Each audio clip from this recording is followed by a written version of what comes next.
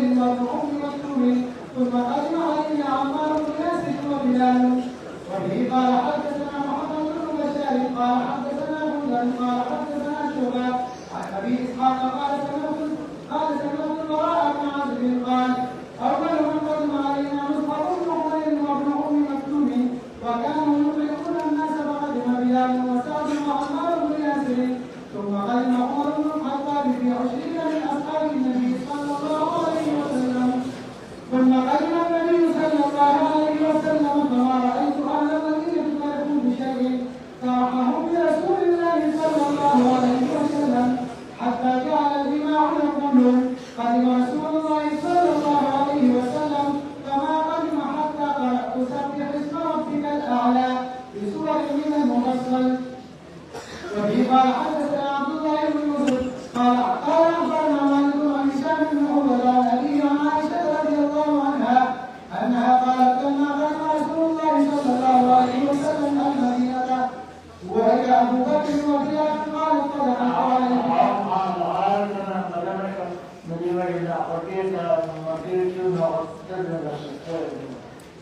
عليه. أبو شريف لا هو كمل شيء فيها سبلا أجبك على رمضان المشي وكمل سبلاهنا من أقوى عند الله أقدر بدر أخواتنا تدعونا يلا نعيشنا في وقتنا أبوه تلاقي تهم بغير شؤوننا يوم سنعمل وراء أحيانا نقول تطور ذلك أراهم لا يسنده أراهم كهذا بعيد إحاطة من الروتين أما إحنا يوسع هذه البيان كذا فالروين يجاب جاي يوم شهرين قال سنعمل يعني يقول عن الزمن ما ميات إعمال تقول الشيخ من جابيا وإمام مصر يدور في الجيش ويوسلامه أقول الشرع سهل يوسف سنتوب ضمن اليوم وتحدثوا أكثر سنة هذا رجل من فتش أقول لك لو بركاته ما تقول لا mereka berdoa untuk kita mengajar setelah aku jauh dari ajar dan dia beritahu tujuan awal jadi awal itu malu yang dan dunia hari malu awal aku malah ayat al-Nabi aku berdesak malah awal kita bercakap kita Besar sampai kepada ayat besar sampai kepada jauh dari narasi jauh bahwa hadis semua dunia masuk ke dalam narasi berapa kembali dan aku akan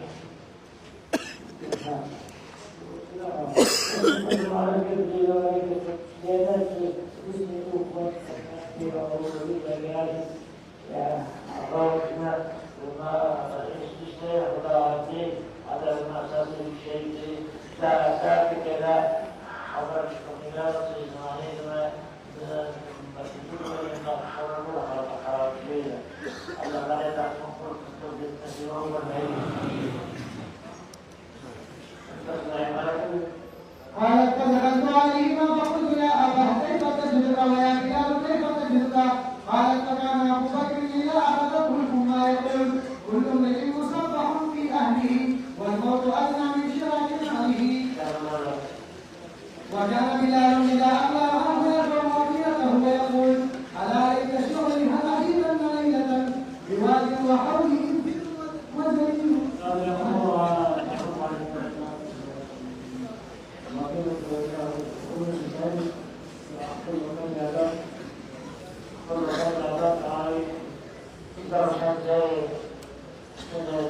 هل عليك شيء أو من أن تنبغ بذلك وهذه صدايا سابقة من المخطئين وقال هذا التوكيل يسمعون للغيب بالذنب والمعروف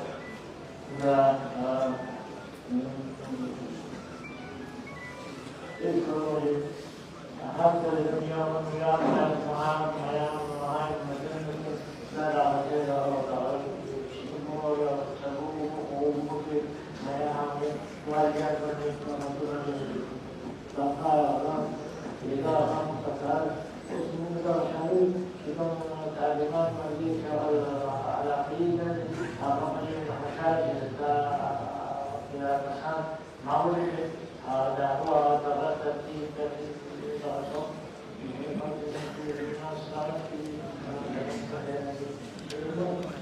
وهل أرد اليوم مياه مجنة وهل يكتمني شمس وتفيد قالت عائشة رضي الله عنها فجئت رسول الله صلى الله عليه وسلم فأخبرته فقال اللهم حبب إلي المدينة كحبنا مكة أو أشد حبا وصححها وبارك لنا في ساعها ومدها وانقل معها فافعلها بالجحفة.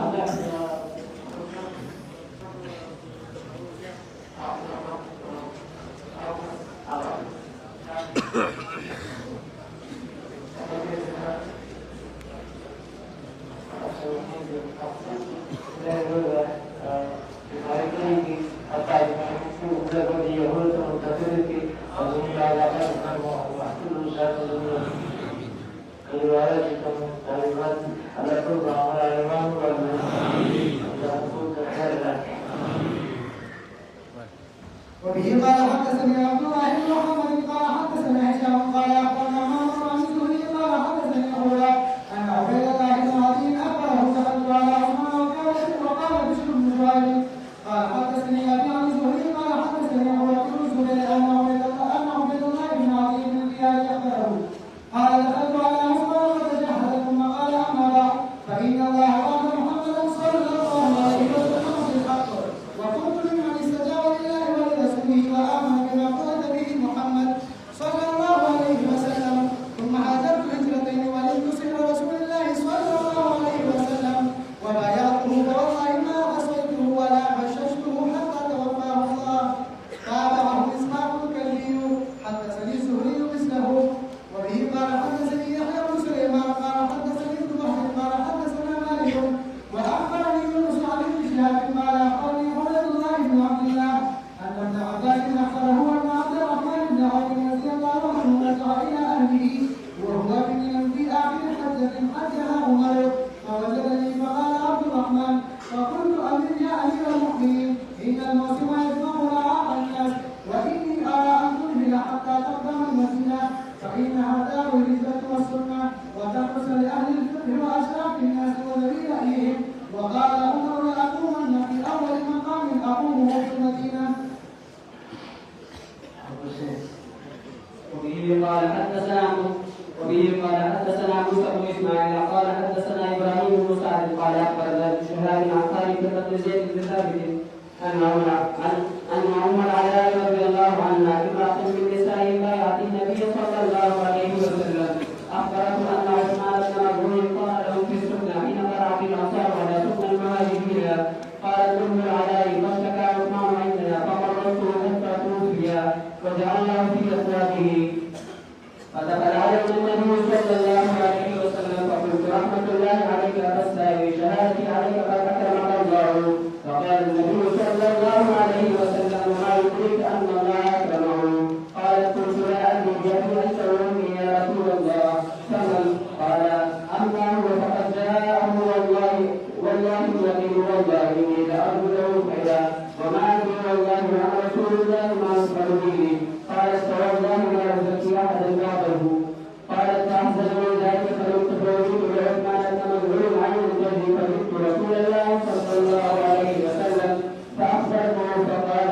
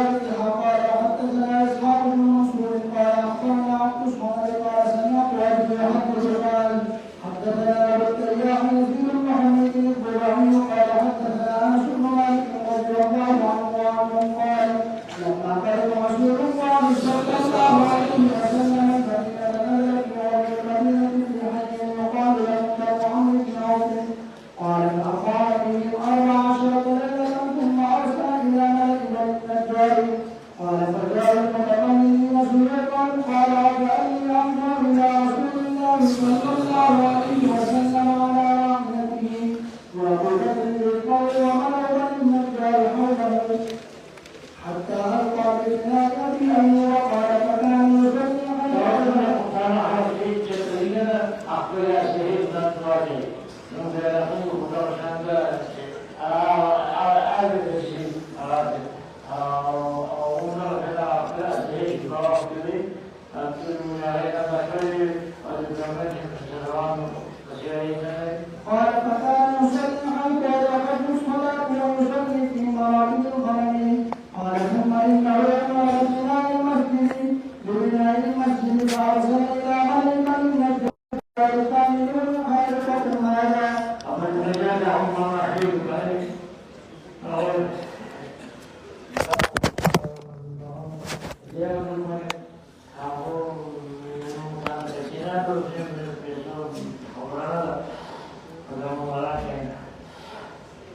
لا حياتي تمر تدريا لحد يوم حزاري يوم يشاء كل ربح الصراحة هذه الأمر أتمنى الهمين تدري هذا الباب في مسجد شعراي أعوان يا رجل أكرم كما شداد تمن أحمد الجمعي سنة فيسود على حتى يقام كريم فيسود مراقب كي أبو بارو بيحساب سيئة وقالوا لا والله لا نكتب ثمنه إلا إلى الله قال فكان فيه ما أقول لكم كانت فيه قبور المشركين وكانت فيه فرق وكان فيه نقل فأمر رسول الله صلى الله عليه وسلم بقبور المشركين فانبشت وبذكر الرسول يطلب النقل فقطعا قال فشق النقل قبلة المسجد قال وجعلوا ذلك حجارة قال جعلوا يدخلون ذلك سفرا وهم يتبعون رسول الله صلى الله عليه وسلم وهم يقولون اللهم إنه لا خير إلا خير الآخرة وانصر الأنصار والمهاجرة.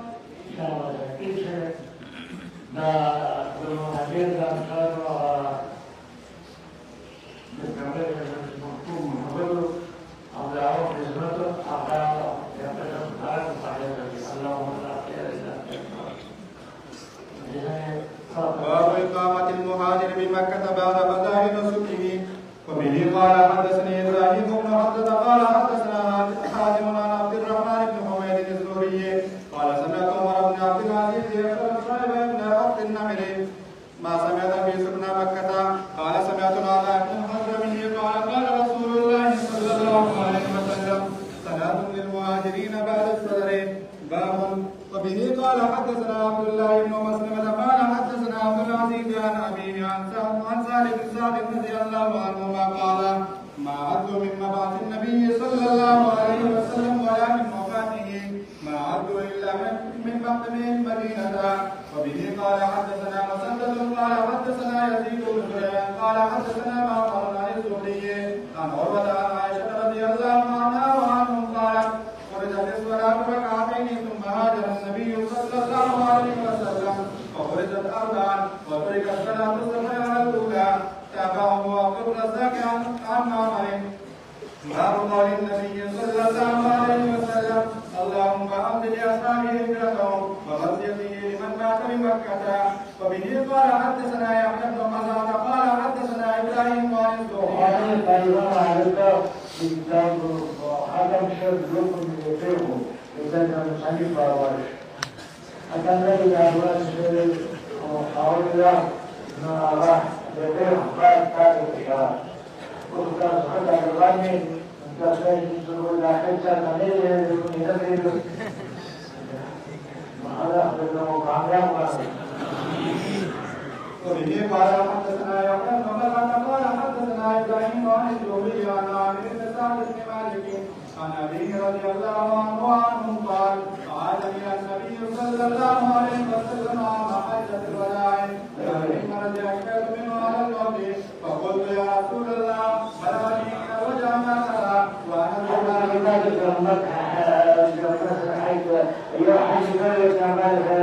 ويترد أحد يوم الغياب فريحة هذه أفضل يجبرين عليه حديث الله ويدرك كما تبقى حج وصلى رسول الله الكرام في جليل أن تبقى كلام من أخطر أحكام الزكاة وأنا ذو مال ولا يرثني إلا ابنة واحدة أفأتصدق بثلثي مالي؟ قال لا. قال ما تصدق بشطره؟ قال الثلث يا أستاذ والثلث كثير. إنك إن تزرع ذريتك أغنياء خير من أن تزرعهم عالة يتكففون الناس. قال أحمد بن يونس عن إبراهيم أن تزرع ذريتك ولست بباغٍ إنك لن تبتغي بها وجه الله إلا أجرك الله بها حتى اللقمة تجعلها في ذمتك. قلت يا رسول الله أخلف بعض أصحابي؟ قال إنك لن تخلف فدام لم تبتغي به وجه الله إلا ازددت به درجة ورفعة ولعلك تخلف حتى ينتفع بها أقوام ويضر بك آخرون. اللهم آت لأصحابي حجتهم ولا تردهم على أنقابهم. لكن البائس تستغرب قولته يكفي له رسول الله صلى الله عليه وسلم أن يتوفى.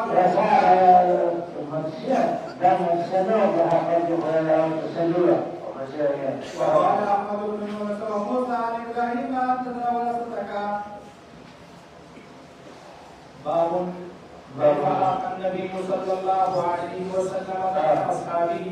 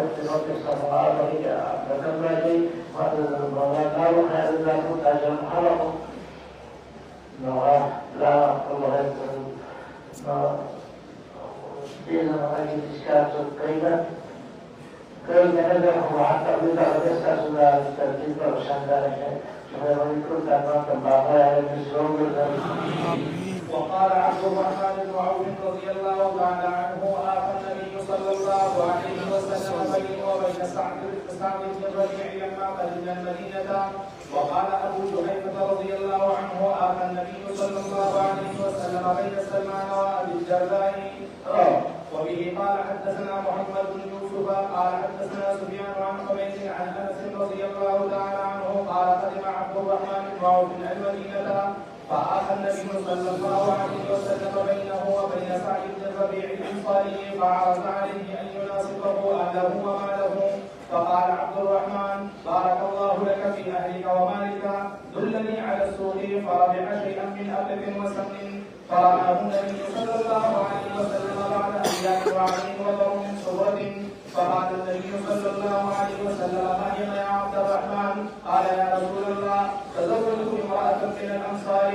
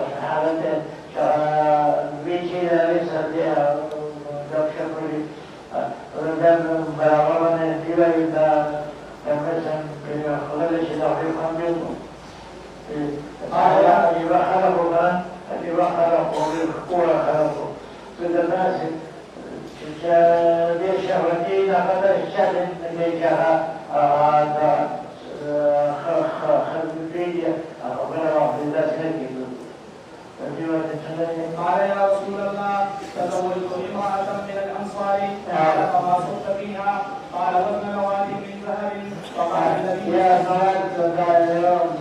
نقلت من الدستور والغضب حرام معها مقابل المسلمين. فقال النبي صلى الله عليه وسلم أو ولو بشاة. زكاة واليوم وكان لا تقصر ولو بشاة فنقول الذي عبدت ليش لا تصحبها وجميع مغتب ولا يتعذر بشاة دعوه بالنبي الكمو كيوم تسليوان النوم جدا والسكايبان لا شيء هم يقول كلمة الزوجيون وين وريون كي لكن ترتيب يا شابه ويوم الغيار بتشيشين وعقيدين ولا ما هم يعني هم تكين وهم نبضعوا ولا كين كم قال شيء تقولون أقول عقيدين ولا تماشون دول سكرات سوداء المقصودين إذا ضربوا ضربوا رجع ولا ومتابعة ولا هم غير باب وبه قال حدثني حامد بن عمر عن بشر المفضل قال حدثنا حميد قال حدثنا انس رضي الله تعالى عنه ان عبد الله بن سلام بلغه مقدم النبي صلى الله عليه وسلم المدينه فاتاه يساله عن اشياء فقال اني سائلك عن ثلاث لا يعلمهن الا نبي ما اول اشراط الساعه وما اول طعام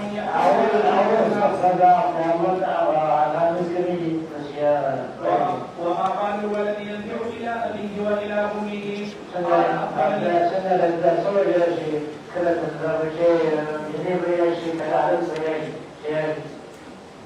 قال اخبرني به جبريل انفا قال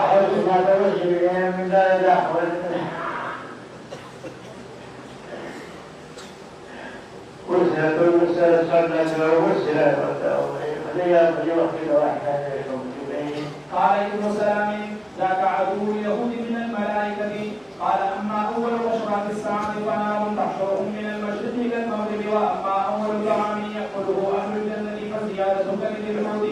وأما الولد فإذا سلم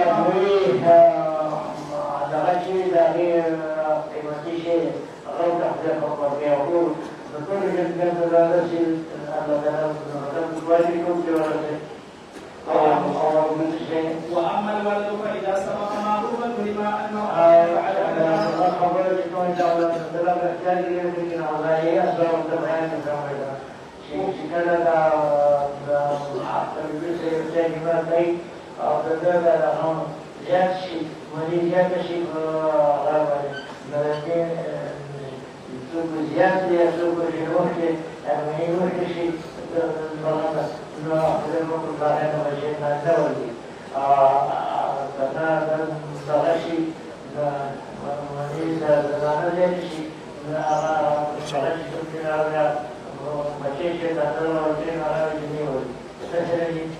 وإذا سبق ماء المرأة ماء الرجل لدعت ولدا قال أشهد أن لا إله إلا الله وأنك رسول الله. قال يا رسول الله إن اليهود قوم كفر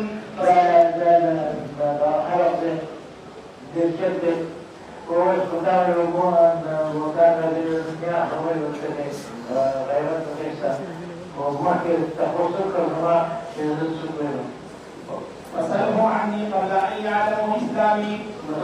فجاءت اليهود فقال النبي صلى الله عليه وسلم أي رجل عبد الله بن سلام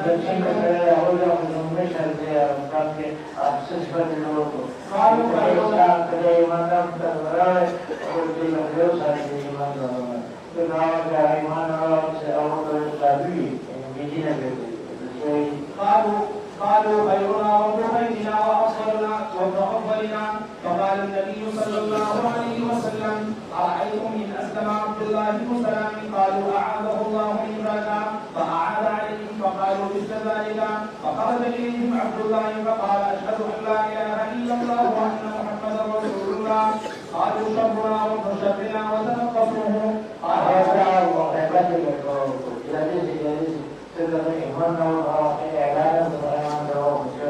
قال هذا كل أخاف يا رسول الله.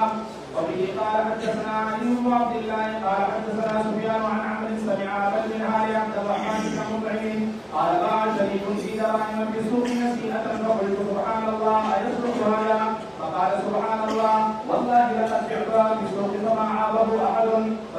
البراء بن عازب فقال قدم النبي صلى الله عليه وسلم ونحن نتبايع هذا البيع فقال ما كان يد بيد فليس به بأس وما كان نسيئة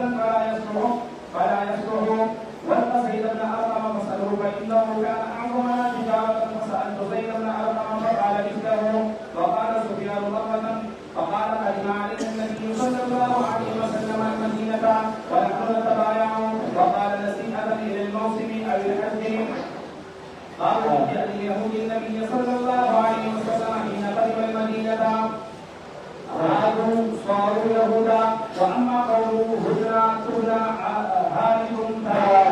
فلا يهود جاءوا مثلا دائما وبه قال حدثنا مسلم بن ابراهيم قال حدثنا قرة عن محمد عن ابي هريره رضي الله تعالى عنه عن النبي صلى الله عليه وسلم قال لو امن بي عشرة من اليهود لامن بي اليهود لهم شرابا كبير من غير منصور الضعاف الى وقت من المشرب الذي يكون خلق يهود ما هو ايماننا ورجع ورسى وعلى ذلك يدخل بعيدا من المشرب فإنه خلق المشرب يكون نور حقه يقول من غير كان مشرب المشرب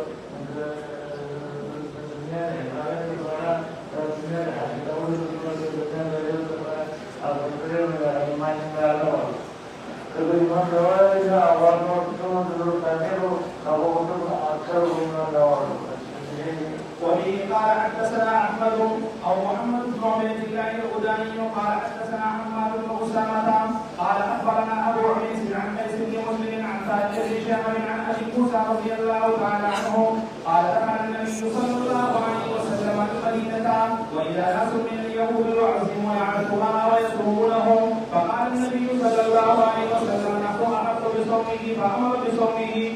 وبه قال حدثني زياد بن ايوب قال حدثنا وهب قال اخبرنا ابو بشر عن سعيد بن جبير عن ابن عباس رضي الله تعالى عنهما قال لما قدم النبي صلى الله عليه وسلم في المدينه وجد اليهود يصومون عاشوراء فسئلوا عن ذلك فقالوا هذا هو اليوم الذي اظهر الله فيه موسى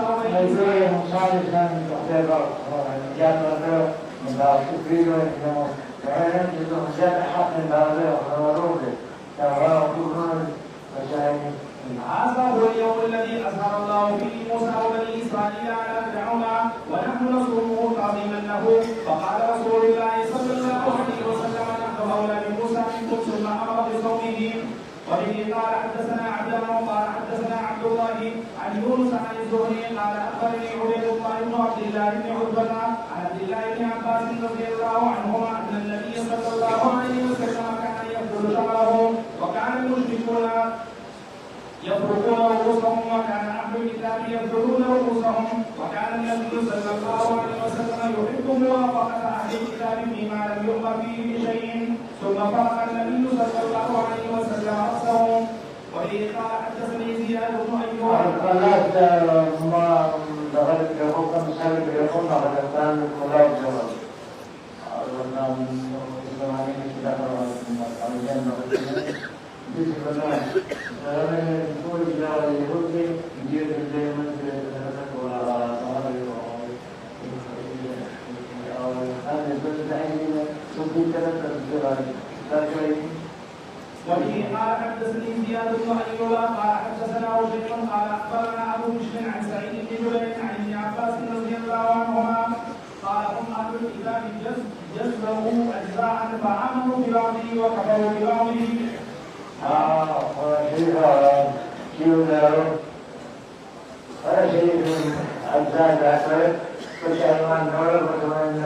شيء باب اسلام سلمان الفارسي رضي الله عنه. وبه قال حدثني حسن بن عمر بن شقيق قال حدثنا معتمر قال حديثا وحدثنا ابو عثمان عن سلمان الفارسي رضي الله عنه انه تناوله 17 من رب الى رب. وبه قال حدثنا محمد بن يوسف البيكندي قال حدثنا سفيان عن عوف عن ابي عثمان قال سمعت سلمان يقول انا من قامه الهدى. وبه قال حدثني الحسن بن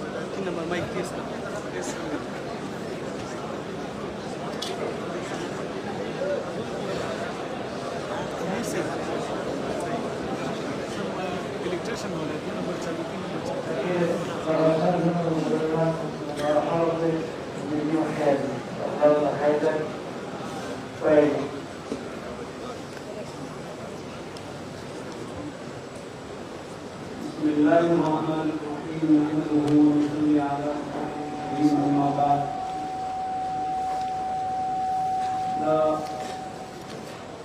حضرت باباجی سے والد سے دار برکاتهم العالیہ دا آغی دا حدیث و سند آغی مختصراً ساتھ موٹی دا قوما تین تعلمون دلیل تذکرہ شروع الحمدللہ بطور تحدیث بنعمت امیو کہ باباجی سے بسند آغا قدیم وقتی اور موجودہ دور کی دکولنا عالی سند دے الحمدللہ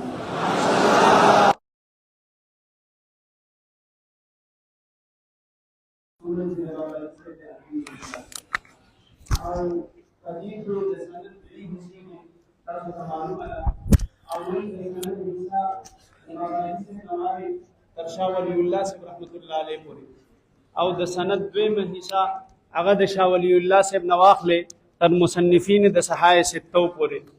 او د سند درېمه حصہ هغه مصنفین د صحائح ستو چې دي هغه هر یو حدیث په خپل سند سره نبی اکرم صلی الله علیه وسلم ته رسي د سند څومره اهمیت ته عبد الله ابن مبارک رضی الله عنه رحمه الله هغه فرمای الاسناد من الدین اسناد او سند دا د دین حصہ دا لولا الاسناد لقال من شاء ما شاء دا سند نوے او د سند دا اهمیت او د سند دا بیان نوے نو بیا بچی چا سخوا نو هغه به وي نو دا د سند هغه اهمیت هغه تاسو ته معلومه ده امام مسلم رحمت الله علیه د دې وجنه په خپل کتاب کې مقدمه مسلم لګولې ده او بهر حال د باباجی صاحب سند باباجی صاحب آغا دور حدیث کړو په 1965 کې 1965 کې دور حدیث کړو او په سوات منګوره کې مدرسه وا اغینم آغا وخت حقانیه او سرکاري مدرسه وا اوس د اغینم د اسلامیه نو الته باباجی صاحب 1965 کې کله چې د پاکستان او د هندستان جنگو نو په هغه وخت کې د دور حدیث کړو د دې د دور حدیث درې اساتذو مرکزی استاد د حضرت مولانا خان بہادر مارتونگی صاحب رحمت اللہ علیہ دا اغین بخاری شریف او ترمذی شریف ویلو او بلو مولانا عبد المجید صاحب او بلو مولانا عبد الحلیم صاحب د دې مسلم شریف د دې دوړو اساتذو نو ویلو او د مولانا عبد المجید صاحب رحمت اللہ علیہ نے ابو داود شریف ویلو خو بہر حال مارتونگ باباجی صاحب رحمت اللہ علیہ اغا باباجی صاحب تا په تمام صحائح ستو کې او اغا سند کې ورته لیکلو چې صحائح سته وکل فنون عربیه په دې کې مارتونگ باباجی صاحب رحمت الله علیه اغا باباجی صاحب ته اجازت ورکړو مارتونگ باباجی صاحب رحمت الله علیه مارتونگ یو علاقه ده وسنن سبا د مارتونگ یو حکیم دی په هغه باندې هم مشهور ده الته د اغا حکیم صاحب زی سره د حضرت مارتونگ باباجی صاحب رحمت الله علیه مرقد هم دی هغه الته مدفون دی دا د هغه علاقه و خان بهادر دا غینوم او مارتونگی صاحب رحمت الله علیه باندې مشهور هغه ابتدایي کتابونه په خپل علاقه کې ویلو د خپل تر سره بیا د علوم عالیه د پاره د وړې دورې د پاره او د دورې حدیث نه پاره دارالعلوم دیوبند ته هغه تشریف وړو بیا خو هغه تفصیلی واقعا ده چې هغه ته په دارالعلوم دیوبند کې هغه کشمیری صاحب مولانا انور شاه کشمیری صاحب رحمت الله علیه ته امتحان اغستو او په مشکلو کتابونو هغه د منطق قاضی او د شرع چغمنی د دې مشکل کتابونو کې ته امتحان اغستو او کشمیری صاحب تا هغه زبردست بلکې په قاضی کې مسله د تشکیک چې تاسو کې چا سلم ویلې هغه ته په پته ولا تشکیک فی الماهیات ولا فی العوارض نو دا په قاضی کې په دې باندې ډېر تفصیلی بحث ته او دا په قاضی کې قاضی مبارک کې انتهایی مشکل ترین ځای دی نو کشمیری صاحب د مارتونگ باباجی صاحب رحمت الله علیه نه په دې کې مختلف سوالات وکړه او هغه برجسته جوابات ورکړ زبردست بیا د نورو کتابونو امتحان تنوانه غسه ودا کافی ده او مارتون بابا جی سے په اعلی نمبر باندې پاس شو. بیا علامه شبیر احمد عثماني سے تلاړ،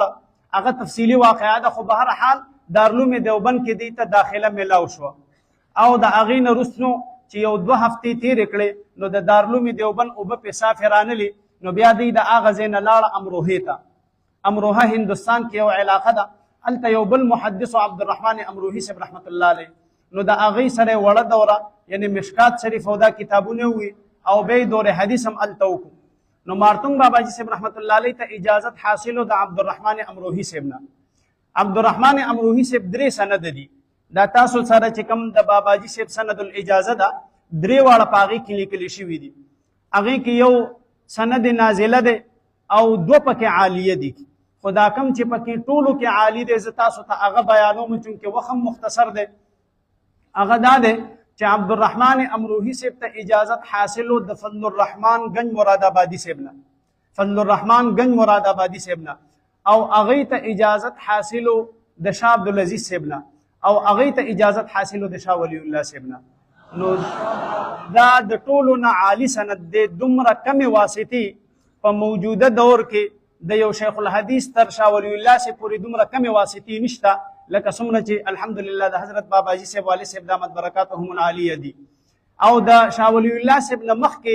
بیا مصنفین صحایه ستو پورې دا تقریبا ټول سندونه یو شانتي دي. لکه زه هغه مختصرا تاسو ته چونکې بعض ملګرو اصرار شوی چې یاره دا د بیان شي نو هغه زم تاسو ته مختصرا بیانوم چې د شاه ولی الله صاحب نه بیا اخذه الشيخ ابو طاهر محمد ابراهيم الكردي، دا هغه استاذ عن ابيه الشيخ ابراهيم الكردي عن الشيخ احمد القشاشي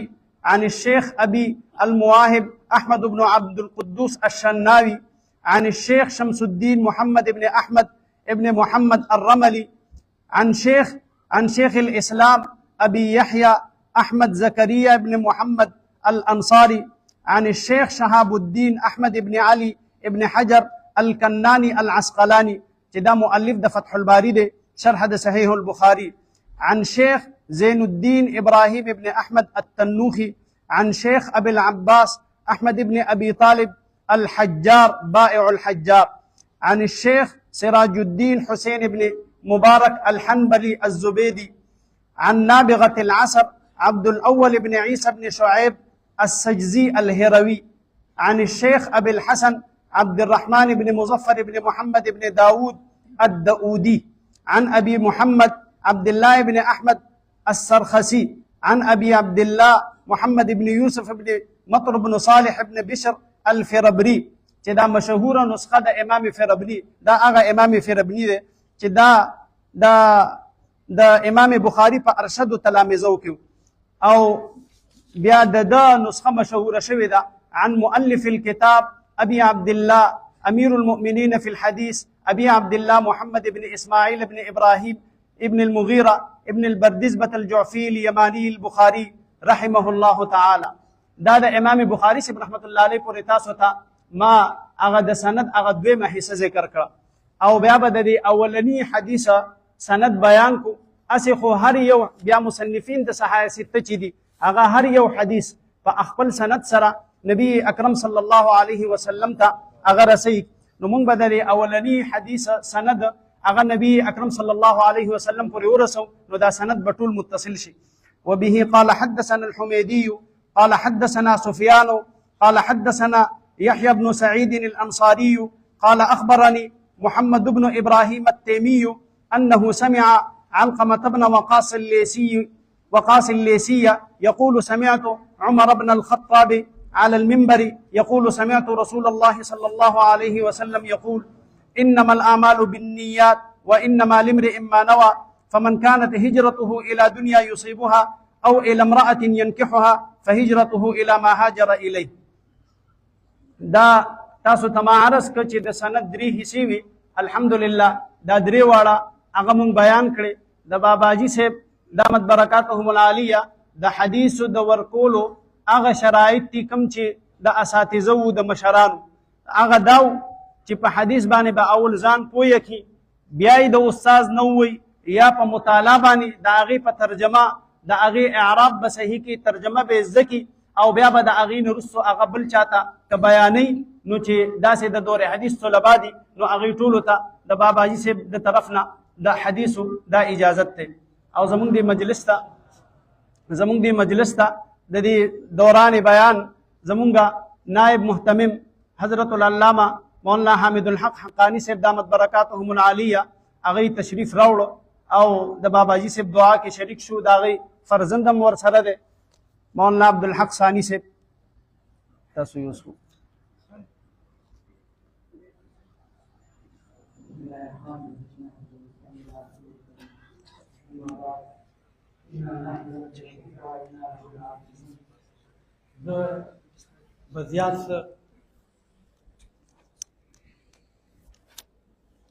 زه زیات څه نه ویل غواړم.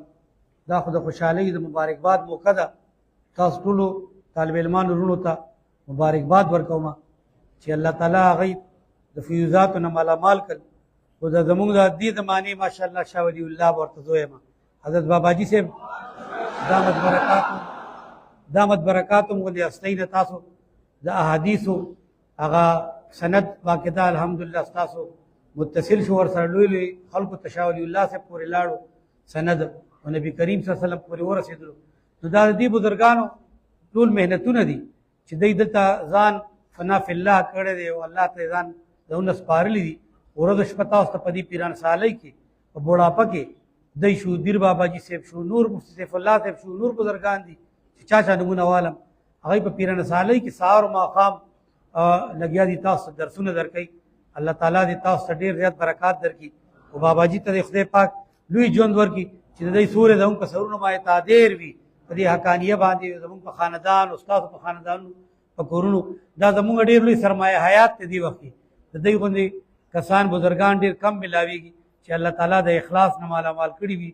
او زموږ خو د باباجي سره داسې بالکل د روحاني او د اولاد غوندې رشته ده او سلسله ده. ماشومان دوی سره لوی شو همیشه د دوی په دعاګانو کې نن هم د دعا د طلب دپاره راغلي چې زموږ د ګناهګارو په حق کې دوی دعا ده مغفرت وفرمایي. او ډېر ټول وروڼه راغلي بلا طلبا علما د دوی هم ډېر مشکلات وي کورونو کې خاندانونو کې په ملک و ملت کې. نو الله تعالی د نن دعا په ذریعه د ټولو مسایل حل کړي. وصلی الله تعالی علی خیر خلق محمد و آله وصحبه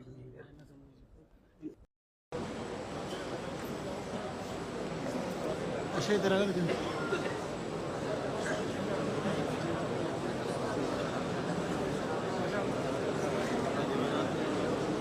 حماده نقبه دي اخواتي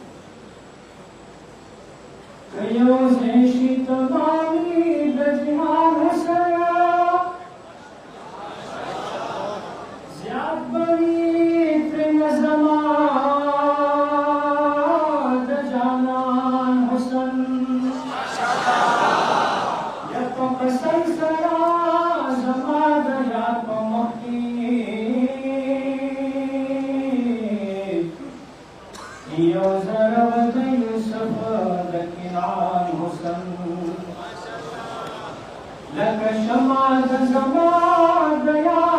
مخي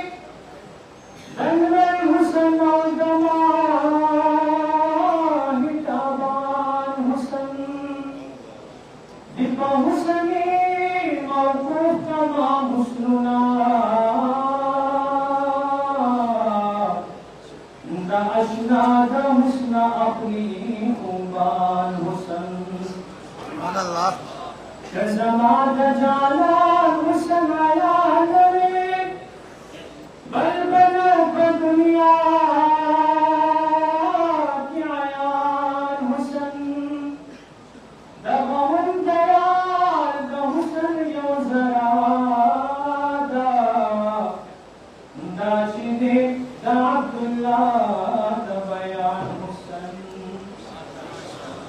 नुज़ारती द खुबे नशा खुबे द खुबरुयानो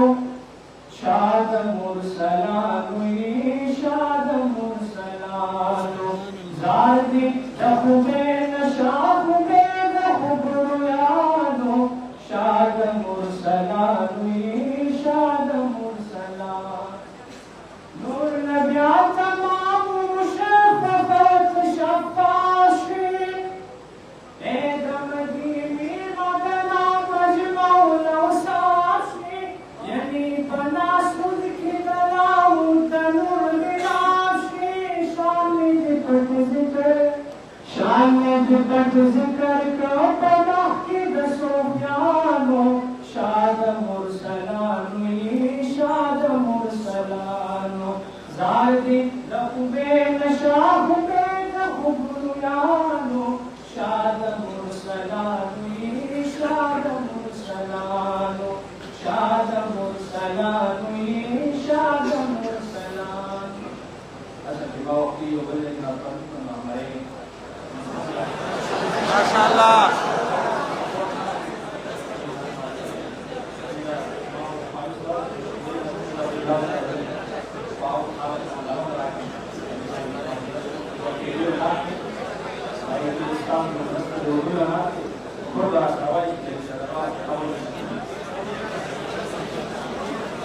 مش فاكر لك من الزوق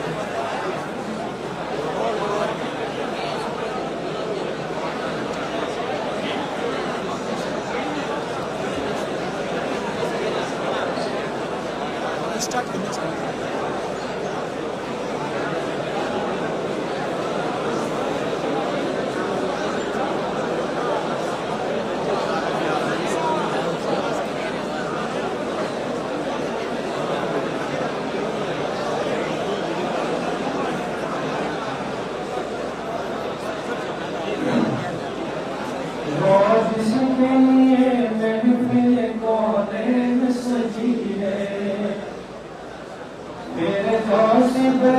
जिसके वसीले से बनी है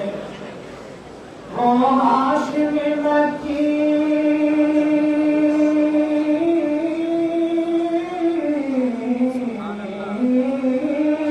वो आशिक़ मक्की मदनी अरबी है वो मेरा नबी मेरा नबी मेरा नबी है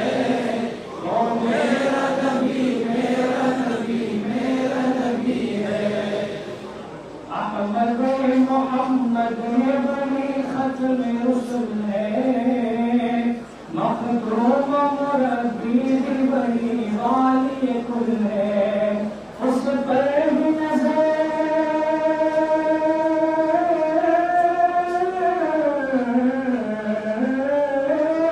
उस पर भी नजर सारे ज़माने की लगी है वो मेरा नबी मेरा नबी मेरा नबी है वो मेरा नबी मेरा नबी मेरा नबी है मुज़म्मिल या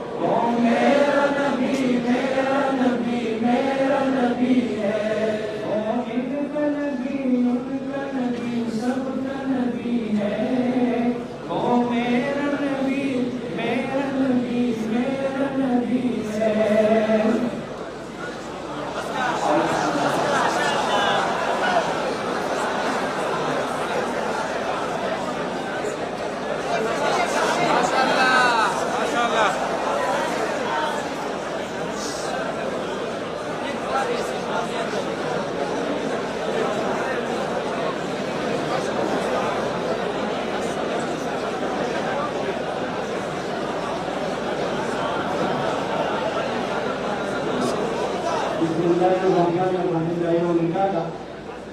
أو يوم الجري والبحث عنه لا يوم كذا مختصر